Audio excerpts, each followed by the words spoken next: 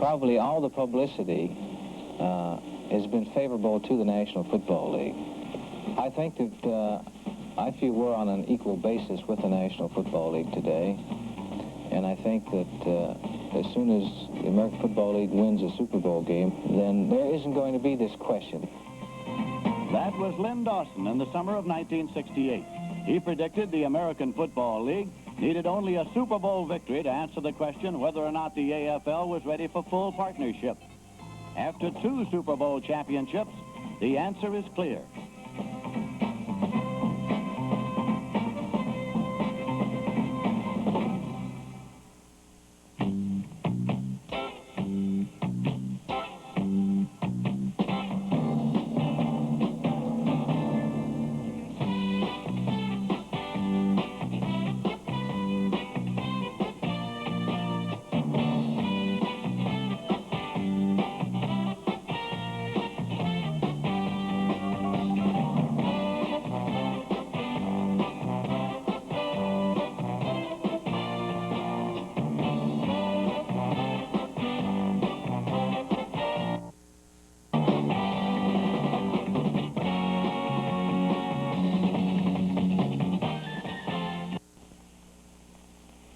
June 8, 1966 was the day the National and American Football Leagues agreed to merge and become one. 3 years later, the team owners finally settled on realignment. Baltimore, Cleveland, and Pittsburgh agreed to move into the newly formed American Conference. This marked the end of the AFL and the NFL as separate leagues. With its colorful but brief 10-year history, the American Football League had come a long way since 1960, when the Denver Broncos defeated the Boston Patriots in the first AFL game. The partisan Boston crowd anticipated victory on this historic night, but the Broncos were just as anxious to win. Gene Mingo, a 21-year-old Navy veteran, stunned the Patriots with this 76-yard punt return. The Broncos upset the Patriots 13-10. Some of the events that helped create the success story of the American Football League were a $36 million television contract, transforming the bankrupt New York Titans into the Jets. Expansion, with Miami in 1966, followed by Cincinnati in 1968. And finally, 2 consecutive Super Bowl victories. Many people may have forgotten that it was Lamar Hunt who began the ball rolling with the idea to form a second professional league back in 1959. Well, I suppose that I had several motivations for the starting of the AFL. First of all, I have always been a football nut. Maybe a sports nut would be a better description.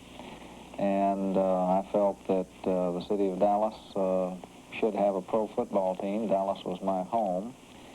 And the growth of the game was just becoming the game itself, as played by the National Football League, was just becoming a major factor in American sports. And I made an effort to get a National Football League team for Dallas, tried to purchase an existing team, talked to them about expansion, and to make a long story short, that led to the formation of the American Football League. Mar and I met Mr. Hallis in Chicago, and he tried very hard to persuade us not to start this new league, that it would be very costly, it wouldn't be good for pro football. Wayne Valley, the colorful president of the Oakland Raiders, commented at that time that he thought that instead of being known as the executive committee of the league, the club owners should better be called the Foolish Club. 1960, 61, and even 62 were very grim years. It appeared that we were never going to get our head above water, but we were determined to stay with it. The Denver franchise at one time indicated they were almost ready to throw in the towel. In 1962, the New York Titan franchise had financial problems and declared bankruptcy. Every obstacle that one could put in front of another was put in front of the American Football League, and yet our growth continued.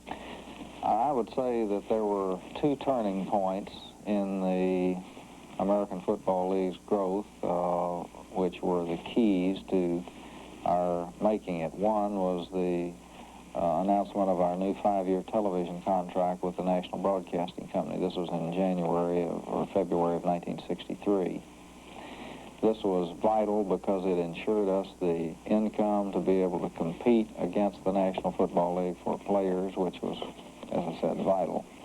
The second happening took place a little earlier, and it was the advent of the Sonny Werblin Group into the ownership of the New York Titans.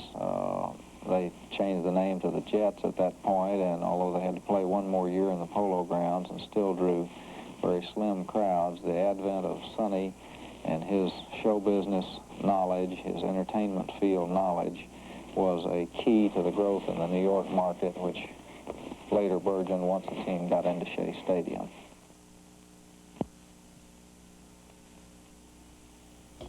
While the executives were solving their administrative problems, the players were busy introducing exciting, wide-open football.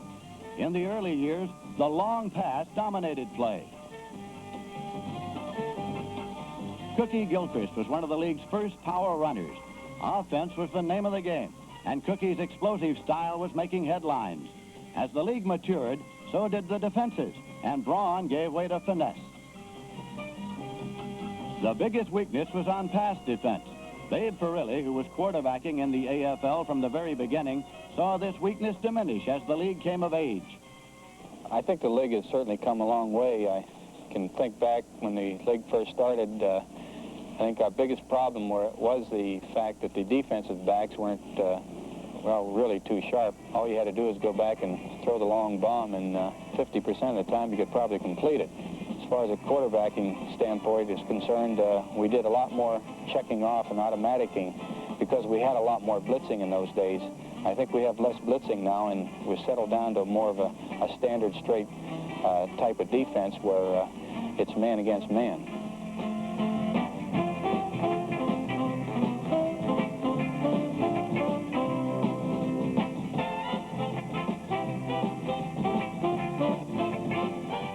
It was man against man up front as well. Houston Antwine remembers the days when just strength told the story. The first couple of years, as a defensive tackle, it was relatively simple. You just beat the guy in front of you to a pulp.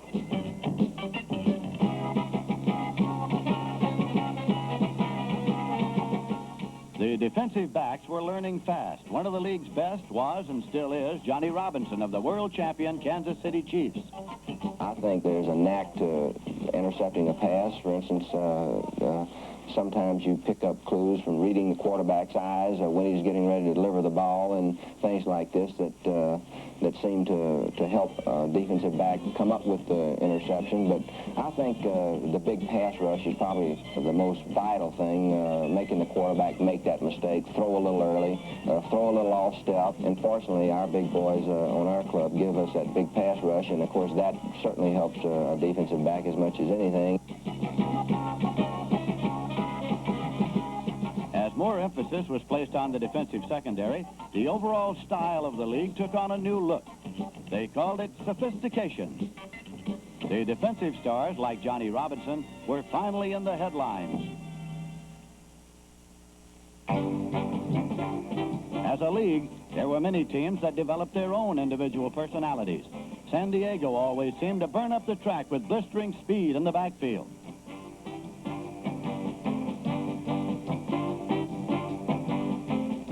Balancing the attack was the passing combination of John Hadle to Lance Allworth. San Diego proved to be one of the most exciting teams in the American Football League. The Oakland Raiders developed one of pro football's most devastating passing attacks.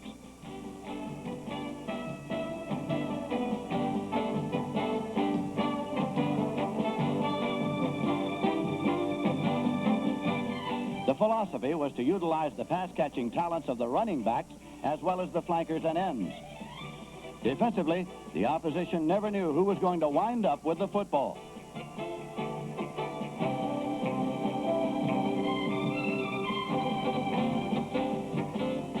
The maximum use of backs as pass receivers gave the Raiders a look all their own and had coaches in both leagues taking notes.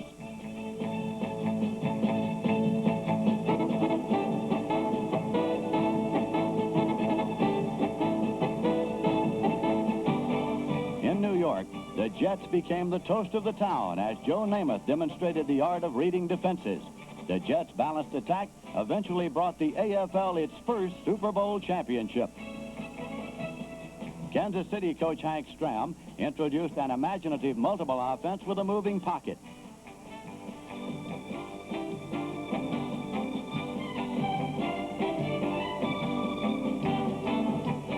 This strategy allowed quarterback Len Dawson more time to throw the ball and limited the enemy's pass rush. The moving pocket proved very effective against the NFL Vikings in the 4th Super Bowl game. Many believe that Kansas City offense is the offense of the future in professional football.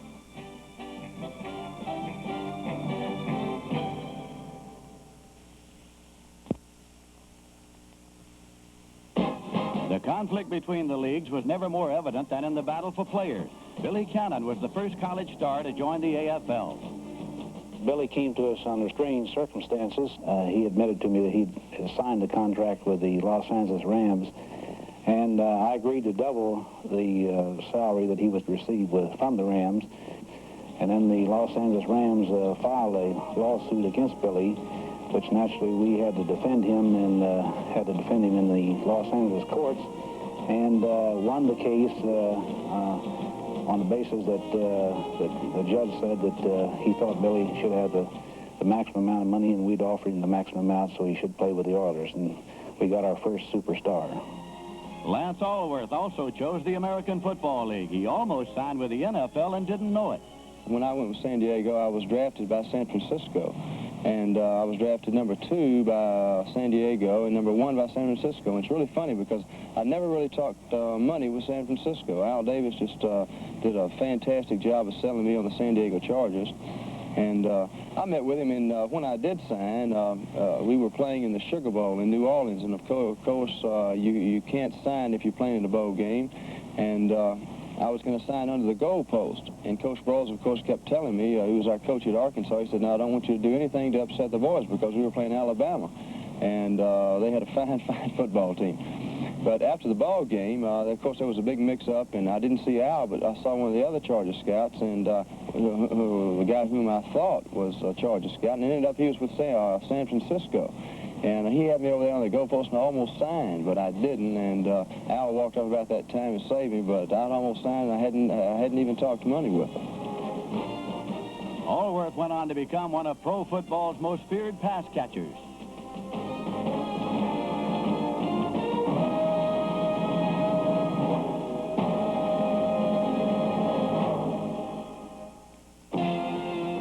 When the Kansas City Chiefs signed Otis Taylor, they got a pass receiver who knew what to do with the ball after he caught it.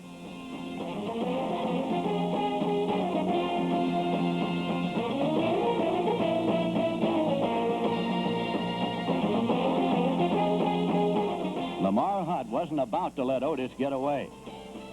He was being closely guarded by NFL babysitters in the Dallas area. And in one night, the night before the draft, he was moved from, I think, 3 or 4 different motels to try to make our agents lose his trail. And our scout, Lloyd Wells, was successful in getting Otis out the window at about 4 in the morning and spiriting him to the airport and flying him up here to Kansas City, where we drafted Otis in a high round the next morning and signed him. And it ended very happily for us.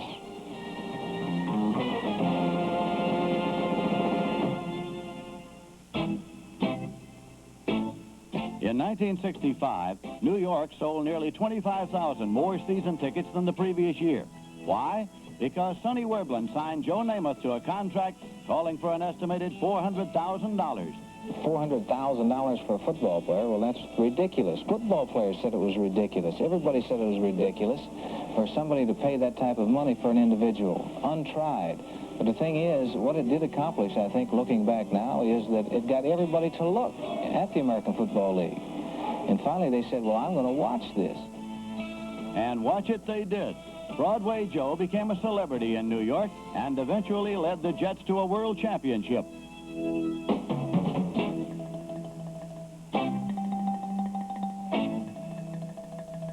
The Kansas City Chiefs were still finding more plums on the tree.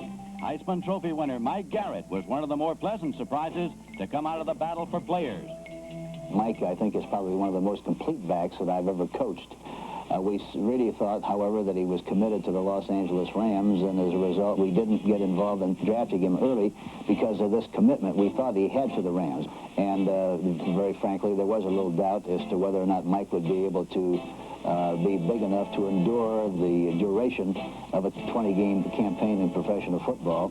But in the 20th round, he wasn't drafted by anybody in the American Football League, and we sincerely felt that we should go ahead and draft him and hope for the best. And it is one of the great things we've done as a football team since 1960.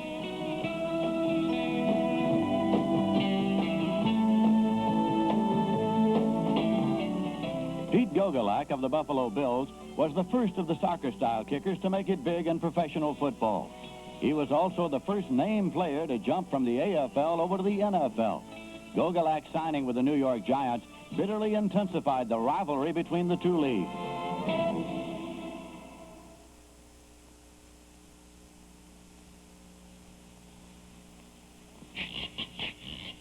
The American Football League's growth continued, and the fans were treated to bigger and better stadiums. Also, former NFL coaches were bringing their experience and ideas into the younger AFL. Baltimore's Weave Eubank came to New York. Detroit's George Wilson became the coach of the new Miami Dolphins. Cleveland's Paul Brown found a home with the Cincinnati Bengals. And in one of the biggest surprises, Don Shula left the NFL Colts to become head coach at Miami, replacing George Wilson. Coach Shula was only too familiar with the AFL. In the third Super Bowl game, the Colts were heavy pregame favorites. But Jets quarterback Joe Namath took issue with the experts. Namath didn't predict victory, he guaranteed it.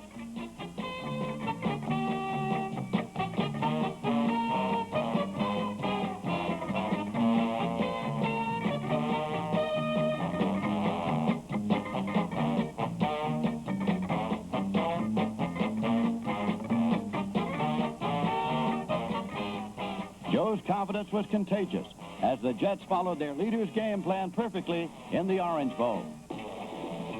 Audibles at the line of scrimmage enabled Namath to destroy any blitzing tactics by Baltimore. Matt Snell served as an effective pass receiver as well as runner. Snell scored the game's first touchdown, and the Jets knew they could move the football on the pride of the NFL. If there was one play that ruined the Colts on Super Sunday, this was it. Baltimore had used it successfully during the regular season. Only this time, quarterback Earl Morrall did not see Jimmy Orr, who was all alone downfield. Jim Hudson picked off the pass, and the Colts' threat was wiped out.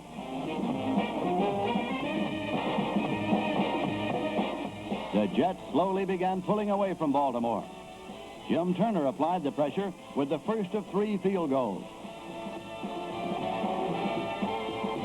Joe Namath encouraged his teammates, while Turner put the game on ice with his 3rd field goal.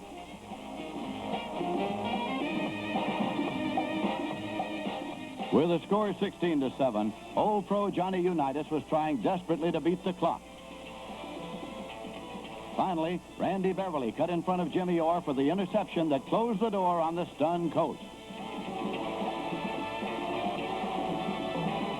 Joe Namath called his shot. The Jets had accomplished the impossible. A 16-7 Super Bowl victory over the best of the NFL.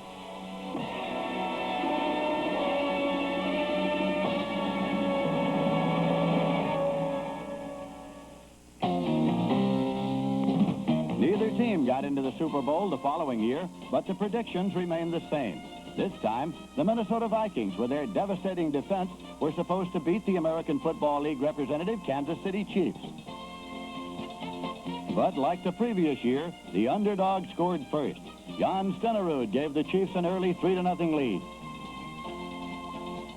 And it was the soccer-style specialist booting another shortly thereafter. The New Orleans Super Bowl crowd couldn't believe the scoreboard.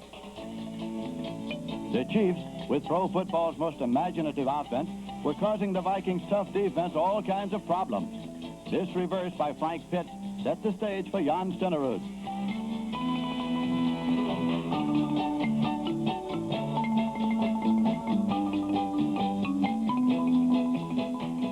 City was playing smart, aggressive football and leading 9-0.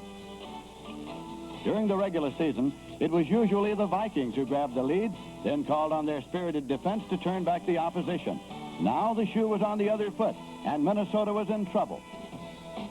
Coach Hank Stram and quarterback Lenny Dawson had the play that couldn't miss if everyone did his job.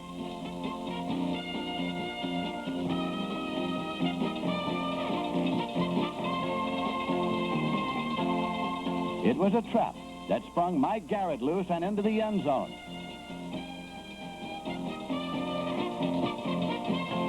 Unbelievable. Kansas City had Minnesota on the ropes. The Chiefs led 16-0. The knockout punch was finally applied by Otis Taylor. Taylor refused to stop running until he reached the end zone. The Chiefs' versatile offense had done the job. Now it was up to the defense.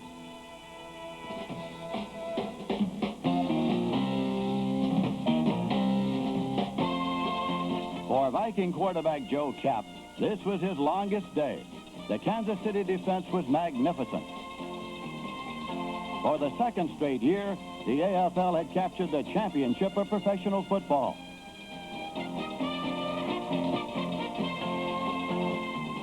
For the American Football League, the battle was won.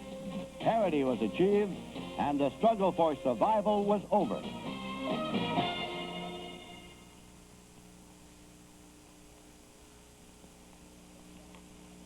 It appears Len Dawson's early prediction was a very accurate one. The American Football League made believers out of doubters after the Jets' initial Super Bowl victory.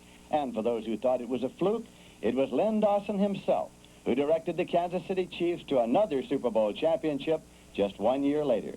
This time, the NFL Vikings fell to the AFL champions. Kansas City coach Hank Stram later predicted his team's multiple offense, with its famed moving pocket and tricky reverses, would be pro football's offense of the future. What about the future of the game? The fan, the records, the Super Bowl, and TV. How will the merger and new alignment affect professional football? I believe football is about to enter into an era of prosperity such as it has never known before. As far as the game itself on the field is concerned, I think it's reasonable to assume that Hank Stram's prediction is at least partially right. We went through an era in professional football when almost every team used a quarterback, 2 setbacks, a tight end, a split end, and a flanked halfback. And the detractors of pro football used to say to the coaches, defensively, does your contract require that you open the game with a 4-3 defense? Well, we've already seen departures from these standards, and with younger and brighter men now in the game, it's only reasonable to assume that we'll see other innovations on the field in professional football. As far as the records are concerned, they'll be more indicative now because the teams are playing each other.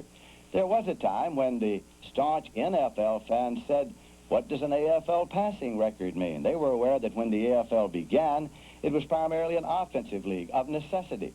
They said, what does a passing record mean? Because there is no pass defense in the American Football League. Well, that's been pretty well disproven by now. And, of course, playing each other, records will apply to the performances all over the league in both the conferences. As far as the Super Bowl is concerned, I think it'll continue to be the showcase of professional football, just as the World Series is the showcase of professional baseball. Maybe the best games will be the ones for the conference championships, just as the best games are sometimes those for the league championships in baseball, because until you win there, you don't get into the big one. But the Super Bowl, I think, will still be the showcase of pro football. Television, the television fan has really hit a bonanza because right now, professional football is receiving major exposure on all 3 of the major networks.